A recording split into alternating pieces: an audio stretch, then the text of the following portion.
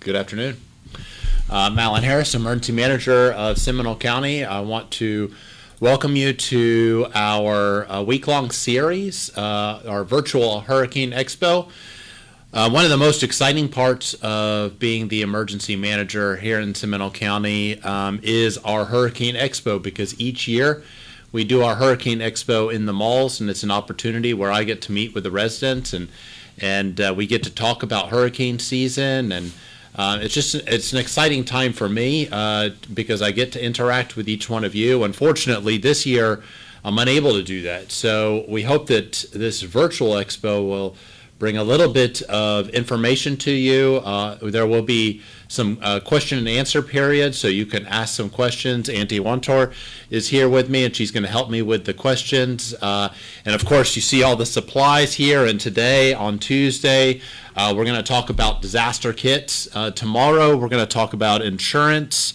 Also, we're going to talk about around your home, some things that you want to do around your home to prepare for hurricane season. That's going to be handled by Aaron Funk.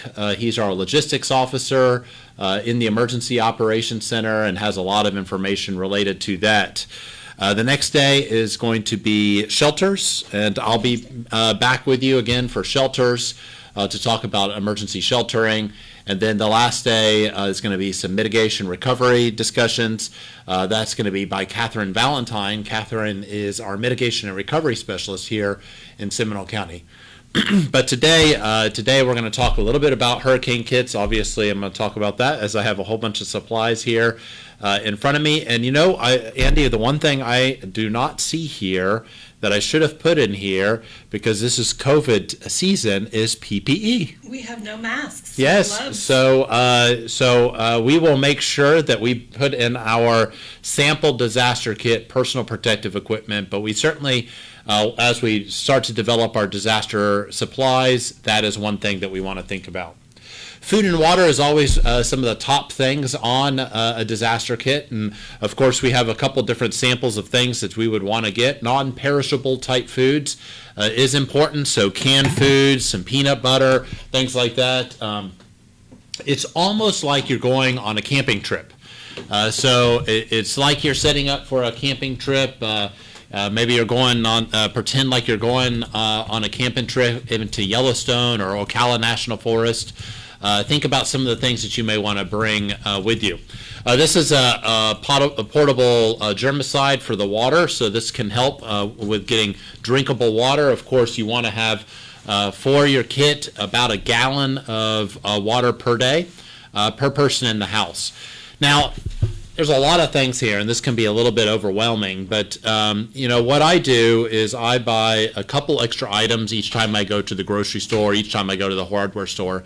Over time, I have a really, really nice disaster kit. I won't even be at the house during a disaster, but the family is taken care of, and that's very, very important to me. While I'm here in the Emergency Operations Center, which is just across the hallway here, I want my family at home to be taken care of. I want them to be safe. So we have a really, really nice disaster kit, and each year at the end of hurricane season, we'll look at the expiration date on these cans.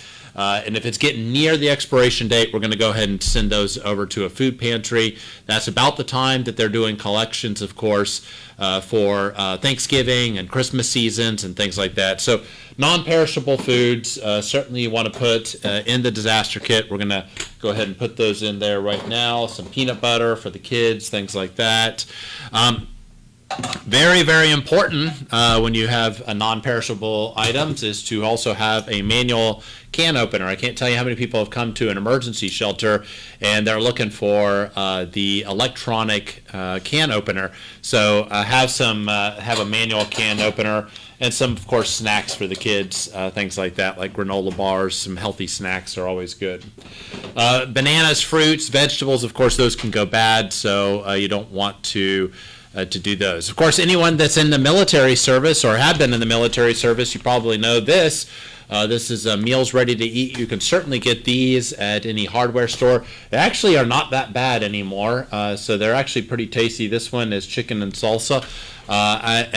During the 2004 storms, we were actually serving some MREs to folks here in the EOC. So myself and Steve Watts, which was also part of our emergency management team at the time, we decided that we would eat each one of the different flavors of the MREs to show the EOC staff that that can be done. And I gotta say, I don't think I'm joining you on that. I gotta say, it was actually pretty good.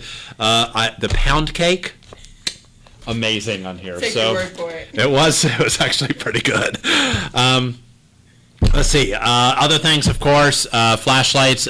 We got some extra batteries here for our flashlight. So the flashlight and with the extra batteries, very, very important.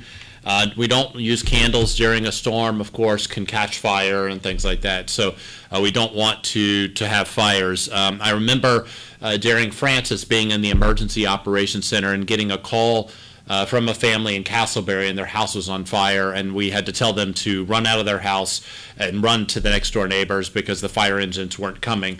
And we wanted them, of course, to be as safe as possible. So they knew that the neighbor was in their house.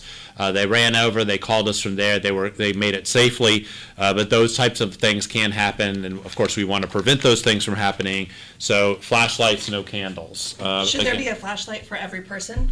You know, that's a good idea. A flashlight in each bedroom, definitely. And I have a couple flashlights. I'm a little bit.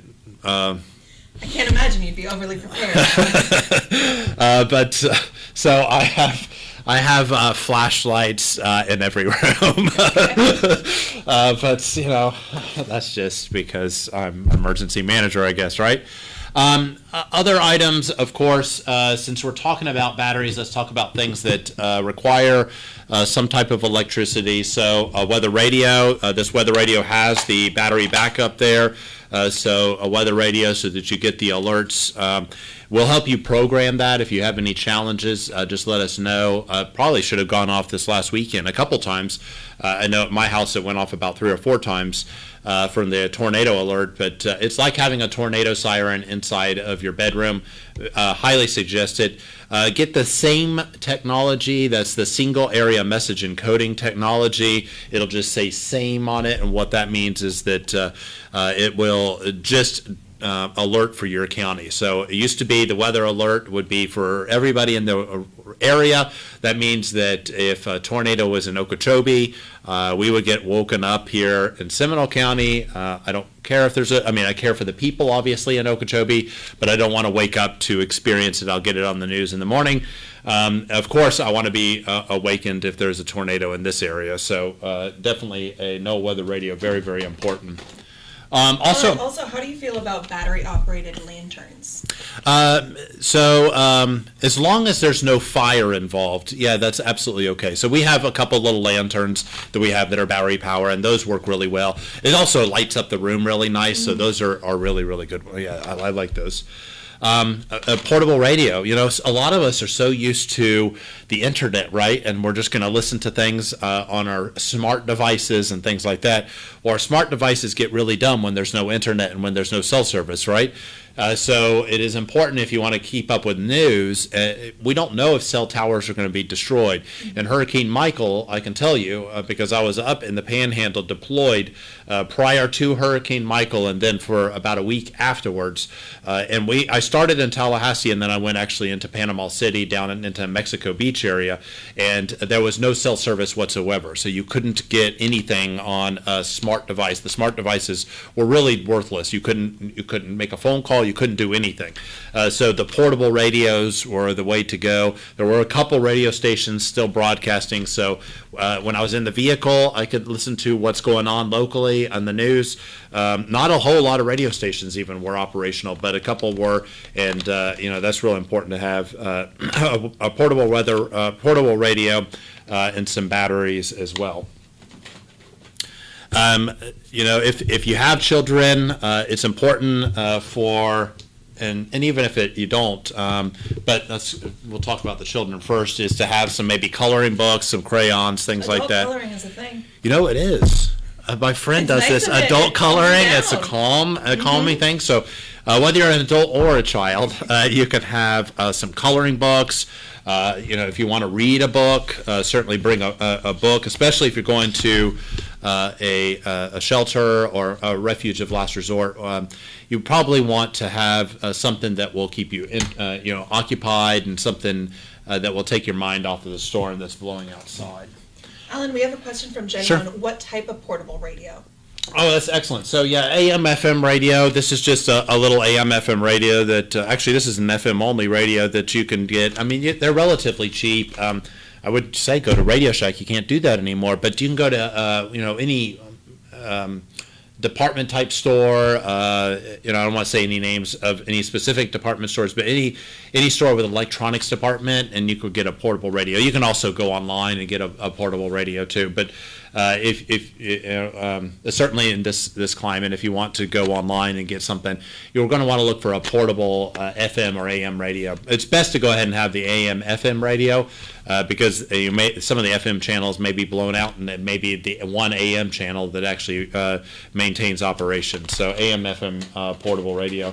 This one's just a real small one that you can put the little earbuds in and hear. But there's other ones too that have a little speaker on it and stuff like that. So I have one at home that's probably about this big, and it's got a little speaker, but it's also got a little connection where you can put some earbuds in, and you're not bothering the people next to you if it's your family member, or if you have to leave for some reason, you have to go to an emergency refuge of last resort shelter, then you won't bother the people next to you with some earbuds. Some playing cards, that's real good to keep the family entertained. So you may want to beef up on some different types of games learning some new card games, things like that. And of course, if you have a little one, a stuffed animal or something to keep them comforted as well. So since we're talking about little ones, let's talk about other types of little ones. Furry All right, ones? Furry ones. With the furry ones, you want to have a toy is good. This is a poop bag for dogs. I don't know how else to say that, but Waste cleanup? it's a waste cleanup bag for a dog. So certainly that is helpful. A leash. If you're going to an emergency facility, whether that's a hotel, if you're going to evacuate to a friend or family member's house or something like that, or if you're going to go to one of the emergency facilities, you want to bring your medical information, the rabies shots, things like that. If the dog is on medication, you want to bring that medication, and then know what type of medication that the dog is on. So, but it is important for the dog to have their favorite toy and as much comfort as they can. Crate is important if you're going to be evacuating with your dog or cat or whatever. We had all types of animals. We track all the animals that come into the pet-friendly shelter, and we had Hermie, the hermit crab. So we would get updates regularly on Hermie, the hermit crab. So whatever your pet is, and this is just actually, believe it or not, you know what this is? A life vest? It is a life vest for your dog. So you can even get the life vest for your dog if you want. And we do have a video also on our virtual Hurricane Expo explaining exactly what pets would need. So that also kind of goes through. Yeah, and I'm glad you mentioned that, because at prepareseminole.org we have all these videos, and just a great job. Our SGTV, our Seminole Government Television staff, as well as some of our interns, pulled all of these things together. Just did a fantastic job. So while we can't be with you in person and able to communicate with you, except for this way, we did do some videos for you. So wow. That's incredible. I have another supporter that actually got the PPE for me. So we're adding this now to the kit. So some folks were listening to me. So now we have, what do we have in here?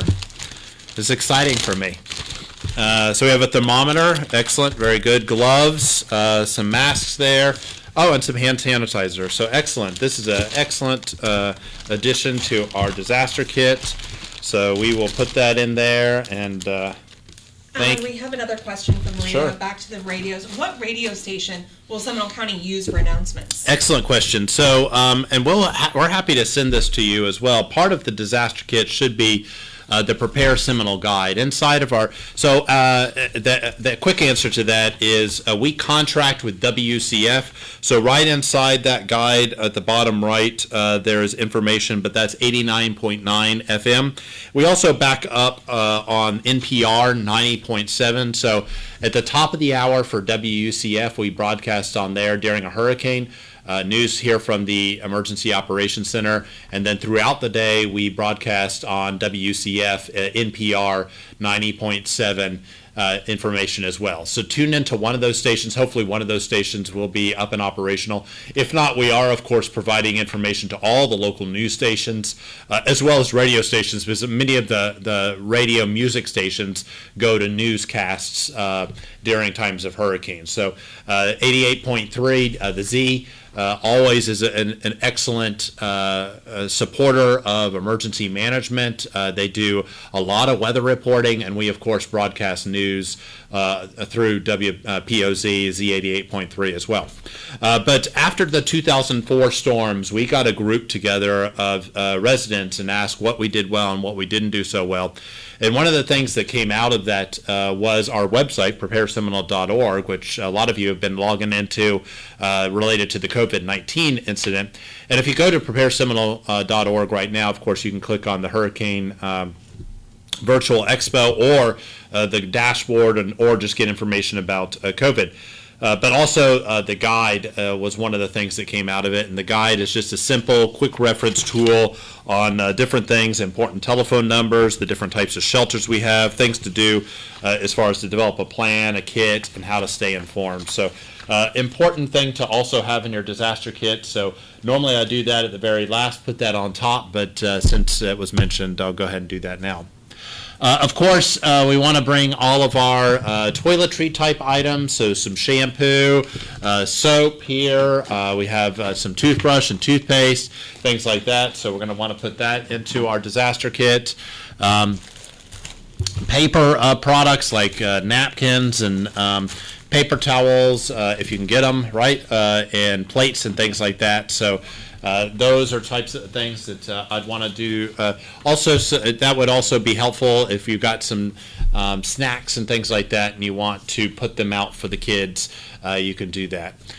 Plastic bags. So plastic bags are good for a couple different things. The plastic bags, of course, are good for, here's some photos of the home. So we just put some photos of the home inside of the plastic bag, and it's nice and sealed. Also, you can do that and put that on like a flash drive or something. So you can have it, the paper copy of the photos, but you can also have the flash drive. If you do the flash drive, just make sure that the flash drive is, secure. So it has some like passwords and stuff like that. Some other important documents. So here's a certificate of birth and other things that you may want to keep with you just to make sure that they are safe. Some tools, to our toolkit. So I'm going to reach down here and pull things our way a little bit. So we got a toolkit here with just different types of tools and things like that. So you can make quick repairs around the home. You want to put that in there. Again, some more batteries. We had a lot of batteries that we put in here. Never have enough batteries. That's right. Some tape, so just again some more tools. This is a tool chest, so just a couple other tools in there, hammers and nails and stuff like that. So some ponchos here, so things will get wet. There's a hurricane, right? So some ponchos. After the storm, we're in Florida, right? Even before the storm, we're in Florida, right? So what happens when things get wet? Lots of bugs. Lots of bugs. Yep. So insect spray. You want to use put some insect spray in here. So we'll put the insect spray in there, handy for us, and then a nice first aid kit. So I put a nice little disaster kit together here. So it's easy. It's compact. I bought a little plastic container So it's, it'll keep me good for a couple days. The other things that I want to pack is just like what you would pack for camping, some clothes. If I'm going to go to, and again, we want to stress how important it is to find other locations other than a shelter. If you can go to a friend or family member's house or something like that, that's always best. But like sleeping bags, cots, things like that, you'll probably want to have as part of the disaster kit full operation there. And that is particularly this season because of COVID-19 also happening during this hurricane season. We have a question just about how the two things relate, the hurricane season and COVID-19 and coronavirus. Sure. So you can't talk about hurricane season right now without talking about COVID-19. Over the last few days, we have seen an uptick in the number of positive cases. The numbers are increasing at the level they were at the very beginning of April. And that we anticipated some of that, not quite the numbers that we're seeing right this moment, but we need to be thinking about that as we prepare. So again, the first thing that I noticed when we started this was not having the PPE. So that's something that you're going to want to include in your kit. And if you can't get all the things that I've got here, at least some facial coverings, things like that, that's going to be required if you go to an emergency shelter. It's important even if you're going shopping and things like that. I can't even imagine being sick and going through a hurricane at the same time. That sounds just horrific. So we want people to stay well. We are in hurricane season, so now is not the time to get sick. This is, if you are, I hope that you feel better very, very soon. But we talk to our residents that are sick in the EOC every day. We've been calling them since the operation began, and some of them can't breathe just saying a sentence. So that's where it takes you. Thank God many people have recovered. Lots and lots of people have recovered, but it takes you there for a little while. And no one wants to be in that situation even for a little while. So we want people to be healthy. We want people to be safe. And that's why it's important to, with COVID-19 to think about where am I going to go? And the options are, one, evacuate the community, right? So if you can evacuate and get to, if I can go to, I'm not going to evacuate, obviously, but if I did evacuate, then I would probably want to go to my mother's or my brother's or my sister's house, something like that, to get out of the way of the storm. If I can't do that, then I'm going to find a friend or a family member in the nearby area where I could go to that may have a concrete masonry block home. That's, again, if I don't have a concrete masonry block home of myself. If I have a concrete masonry block home, I'm going to stay in the concrete masonry block home because it's no different really than the emergency shelter. If I can't, if neither of those will work, then of course I may want to look at a hotel or a motel. So something in the area, go ahead and make a reservation early because they will book up quick. But as the storm is approaching, make that reservation. In Hurricane Dorian, when it was approaching, we made a reservation in Fort Myers, not for me, for the family, but for Fort Myers. But then it started to look like it was going to go across the state. So I made a reservation in Tallahassee. Then it curved and looked like it was going to Tallahassee, so we made a reservation back in Fort Myers, and then it curved, and then we're like, okay, forget it, and it turned off the coast of Florida. Yeah, it was a big old mess. But if somebody does have to end up going to that shelter of last resort, that is their only option. What are we doing to keep them safe while they are there? Yeah, so we're going to talk about that, I think, on Thursday a little bit more. But we are doing temperature checks. We are making sure that people are socially distanced, hand sanitizing stations, making sure that everybody as well. We won't even transport someone if they need transportation. We will not transport them to the shelter if they are sick in any way. So it doesn't have to be COVID-19. It could be the flu. It could be a cold. It could be anything. We don't want any virus or bacteria or anything to spread inside of the emergency shelter. So we want to save people from the anguish of having to deal with a hurricane and being sick at the same time.